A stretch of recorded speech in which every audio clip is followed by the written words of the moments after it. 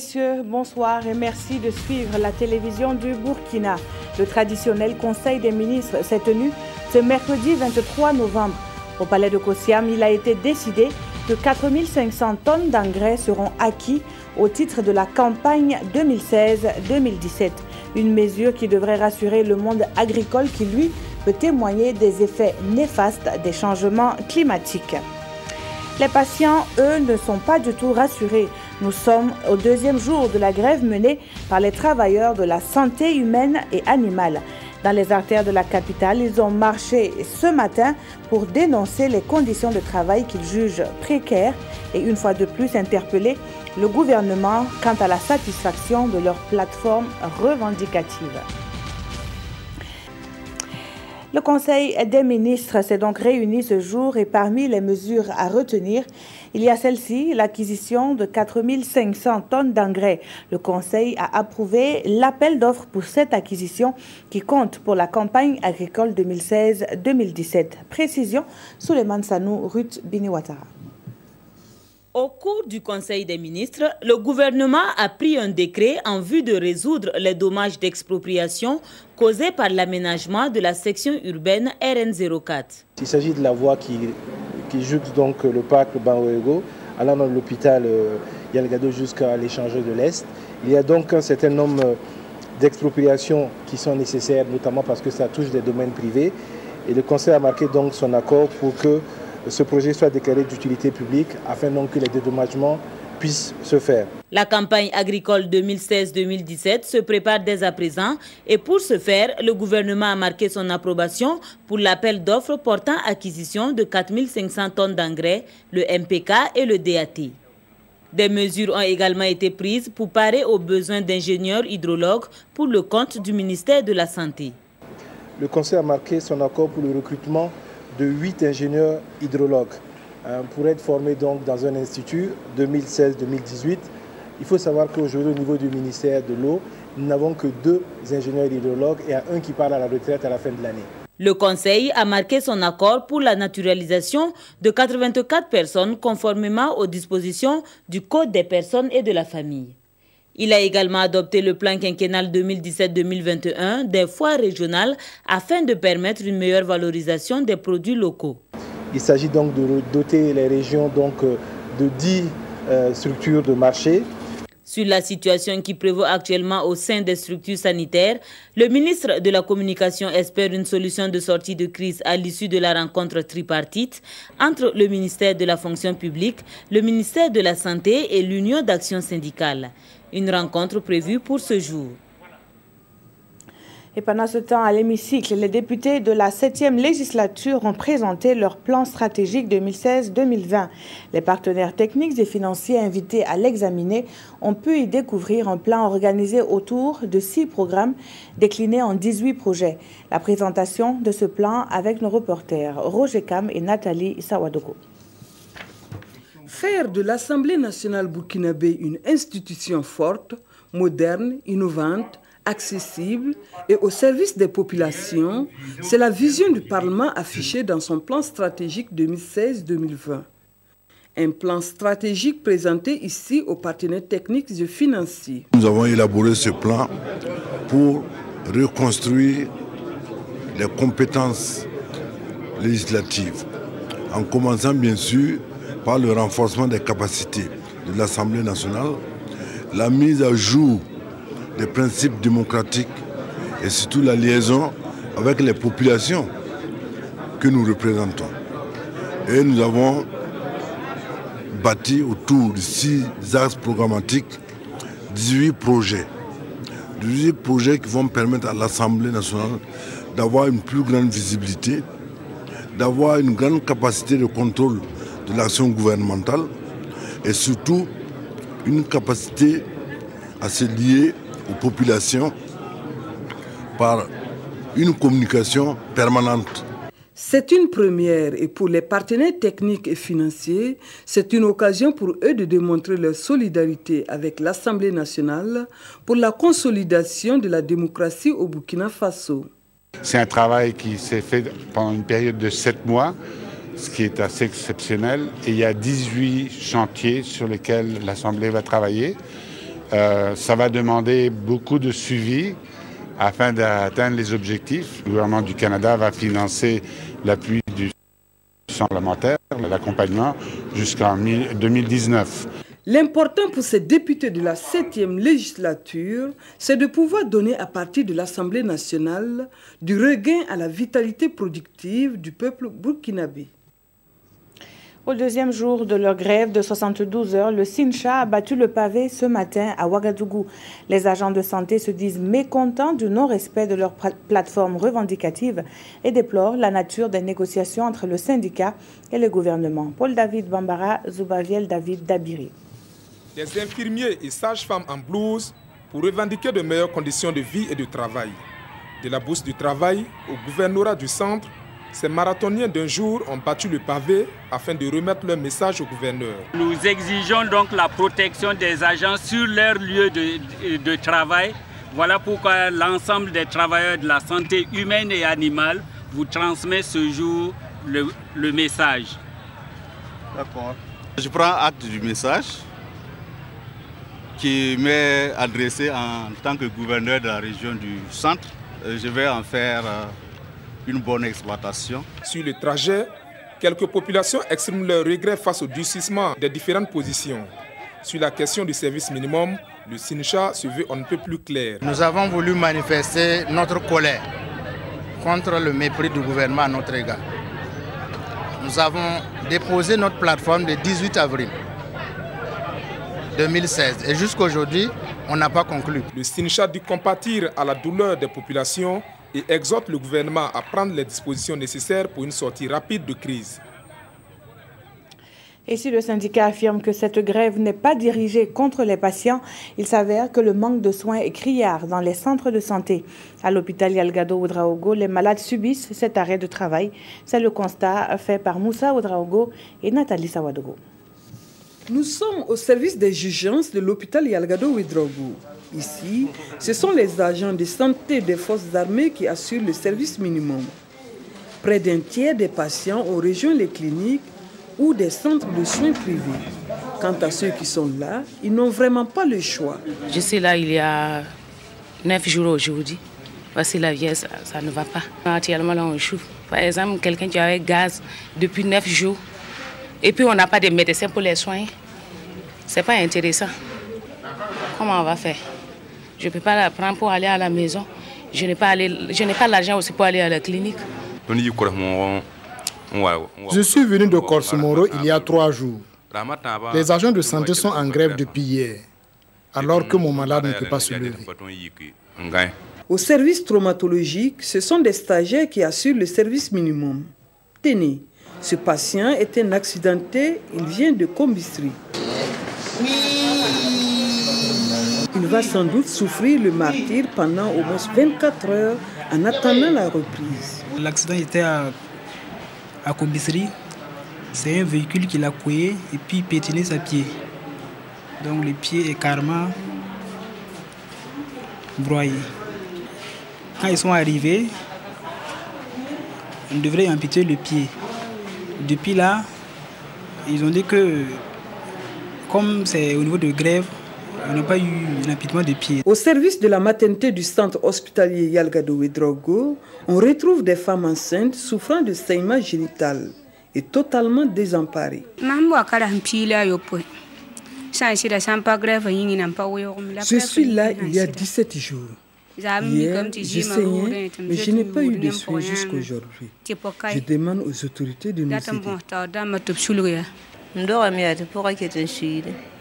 J'ai accouché, mais j'ai des ballonnements. Depuis dimanche que je suis là, je n'ai pas reçu de soins. Et selon les stagiaires que nous avons rencontrés, ces hémorragies génitales font partie des premières causes de la mortalité maternelle. Au service pédiatrique, c'est le même constat. Ce sont des stagiaires qui assurent le service minimum. À Bobo Dioulasso, les malades subissent également le poids de cette grève totale. Le moins que l'on puisse dire, c'est que le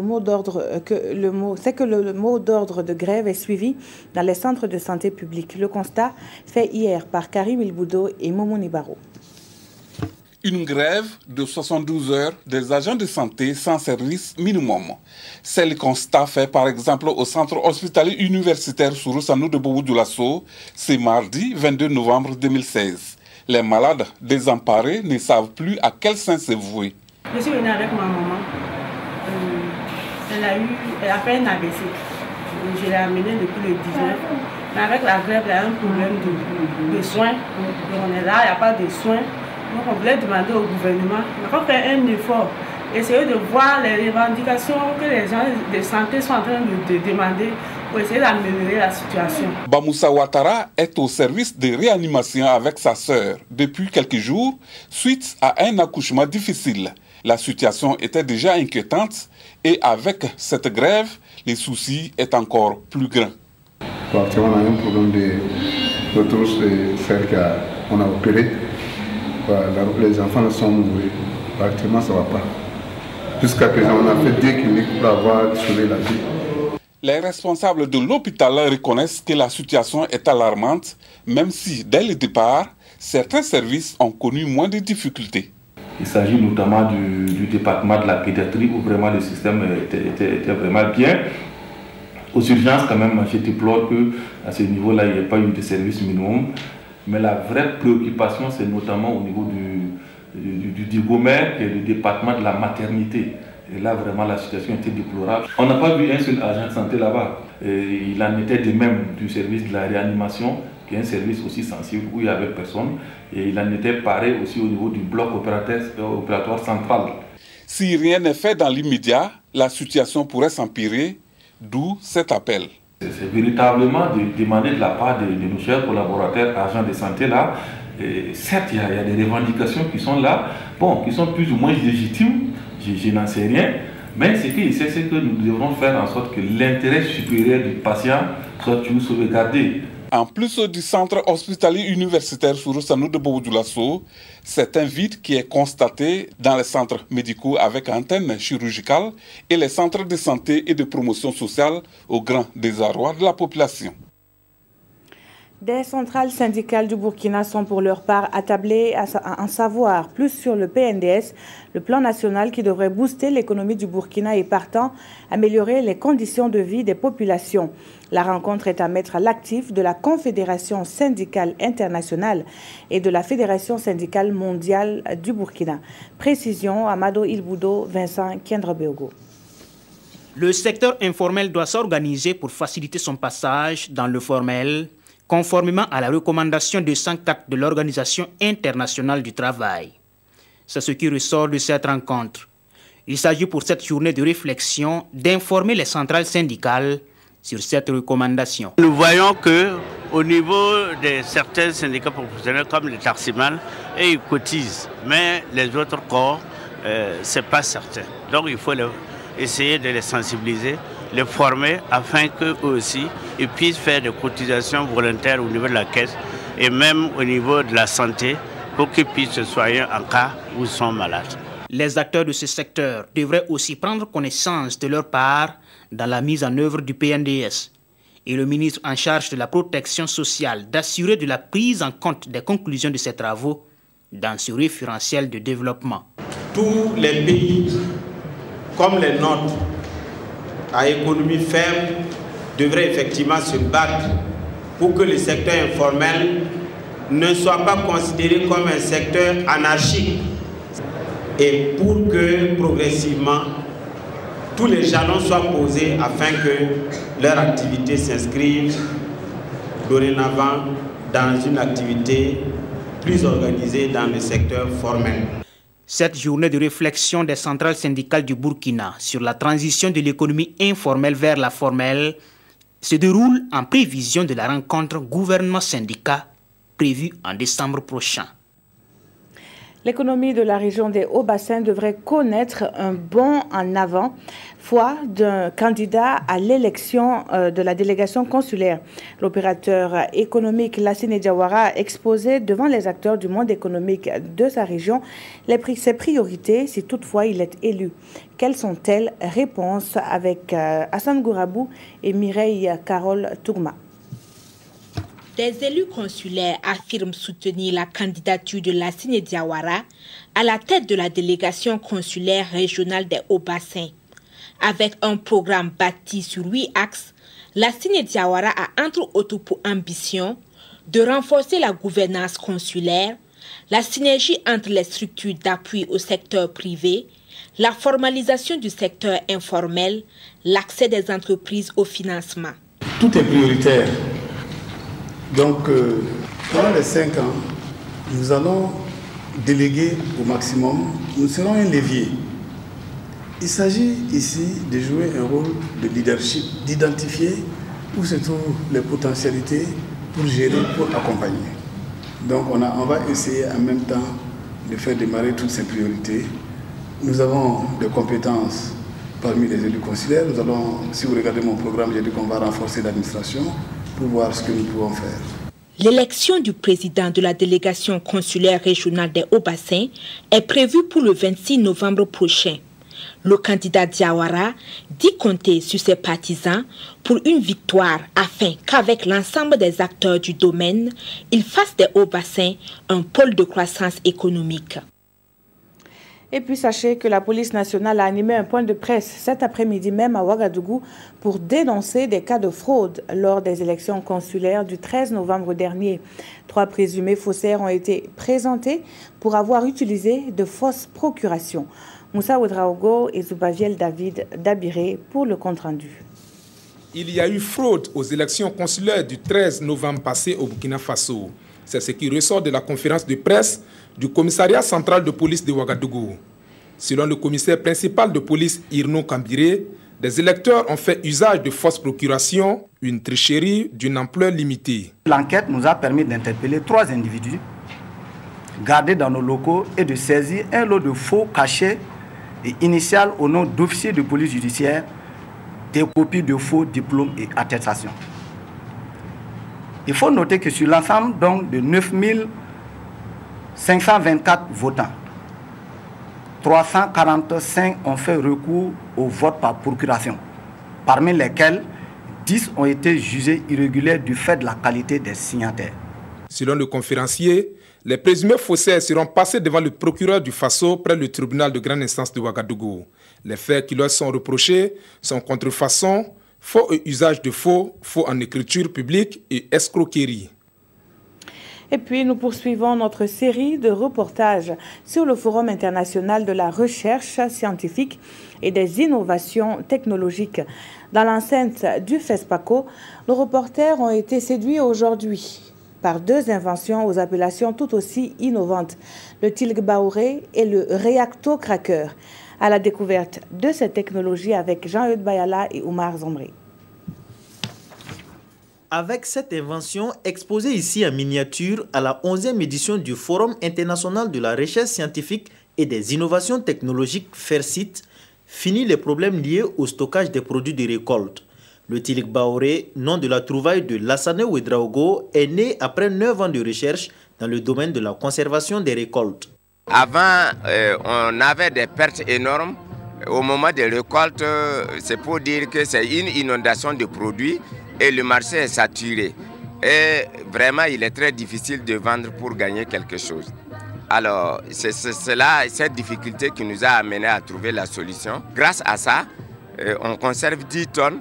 Au bout de 10 mois, on a 2 à 3% de pertes. Et encore, à partir de mi-juin jusqu'à août-septembre, les prix sont très élevés et on gagne à des doubles bénéfices. Notre chercheur, qui est lui-même producteur d'oignons au Yatenga, veut passer à l'étape supérieure. Il travaille activement à protéger le fruit de sa recherche. C'est un outil qui est en cours de protection et la recherche de breveté. Celui qui en a besoin prend les contacts nécessaires. Au FERCIT 2016, l'on trouve aussi des inventions qui contribuent à la protection de l'environnement. Les frères Sanfo, quant à eux, ont trouvé les moyens pour se débarrasser des déchets plastiques, des huiles de vidange et usées. L'outil que vous voyez derrière, c'est le Reacto Cracker. Alors, son principe de fonctionnement, c'est transformer les déchets plastiques en carburant sous l'effet de la chaleur. Les résultats obtenus avec ce réacto-craqueur sont impressionnants. Notre prototype ici, nous l'avons essayé avec 15 kg de plastique. Nous avons obtenu 13 litres de carburant. Alors avec les huiles usées, pour 36 litres, nous avons obtenu 30 litres de carburant.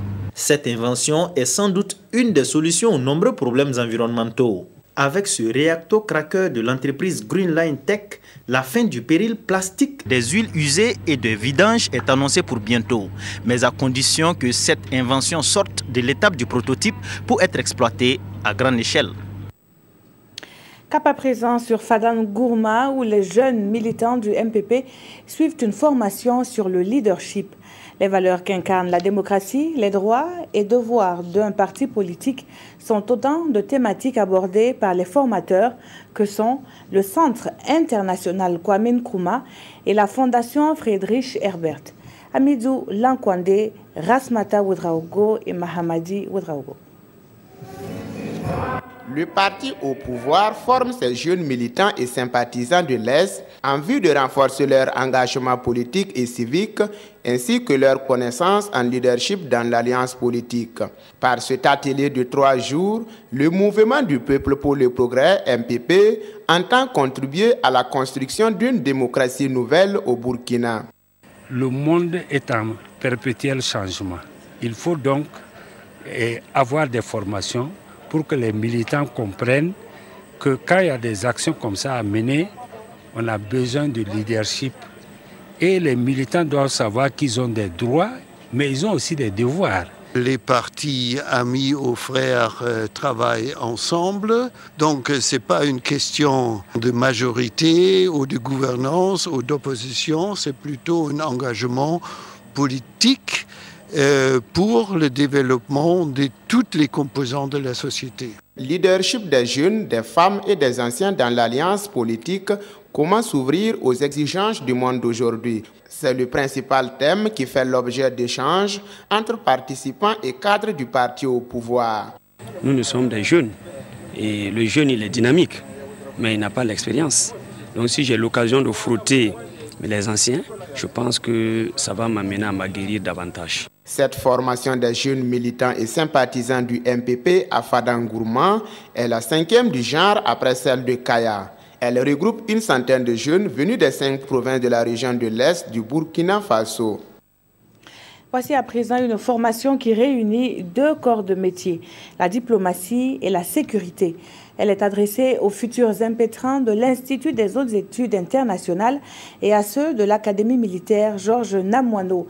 Ils analysent ensemble les enjeux de la sécurité régionale en tant qu'acteurs. Le point sur ce séminaire avec Nongba Kouda et Oumar Zambré. Ces futurs cadres de la diplomatie burkinabé et des forces de défense et de sécurité renforcent ici leurs capacités. Ce séminaire de formation qui traite de la sécurité régionale vise à leur permettre de mieux maîtriser les enjeux et les acteurs des différents conflits. Nous avons avec la Fondation Konrad Adenauer un accord qui, depuis 2002, les amène à contribuer à raffermir et à former les militaires sur la question de l'état de droit, par l'enseignement, sur le plan diplomatique et sur la sécurité. Diplomates et militaires travaillent tous en synergie sur les théâtres d'opération pour amener la paix. Et ce séminaire de formation est aussi une occasion pour ces futurs acteurs de se côtoyer et d'ajouter un plus à leurs connaissances. Et au regard de la montée en puissance aujourd'hui du terrorisme au niveau de la région africaine, il va nous permettre d'avoir des informations pour combattre le terrorisme. Ce séminaire de formation vient à point nommé, permettra justement aux élèves aussi d'actifs d'avoir des connaissances, d'être outillés dans ce domaine. Après le Mali, le Bénin et la Côte d'Ivoire, le Burkina Faso est le 4e pays bénéficiaire de ce séminaire organisé par la Fondation Konrad Adenauer en collaboration avec l'association APPS. Loin de leur salle d'accouchement, les sages-femmes d'Afrique francophone ont parlé des conditions de leur métier. Un métier où l'on ne vient que par vocation tant il est altruiste. Avec l'épouse du Premier ministre, c'est dans une ambiance détendue que les échanges ont eu lieu sans pour autant s'éloigner de la gravité du sujet. Pawandrogo, Jean Zongo, Zali Sassanfo, reportage. Ambiance festive, ici à la villa présidentielle de Ouaga 2000. Le verre levé et le toast porté, ces sages-femmes expriment ici la joie de l'espérance retrouvée. L'espérance que tout sera mis en œuvre pour les accompagner dans leur travail quotidien, afin que, plus jamais, aucune femme ne meure en voulant donner la vie. Aujourd'hui, en 2016, on est toujours un peu étonné de voir dans quelles conditions les femmes donnent la vie. Leur cause a été bien entendue par les autorités aussi. Elles viennent de toutes les maternités francophones d'Afrique. Et à Ouagadougou, ces sages-femmes ont réfléchi sur les conditions d'exercice de leur métier, mais aussi et surtout sur quels services offrir à toutes les mères qui se présentent à elles. En ville, ça va, mais quand on rentre vraiment en profondeur au Burkina Faso, on sent qu'il y a des sages-femmes qui sont là, qui veulent vraiment travailler, mais souvent les conditions ne sont pas réunies pour qu'elles puissent bien faire leur travail. Pour ce qui concerne les défis en tant que sage-femme, nous comptons effectivement relever ce défi-là.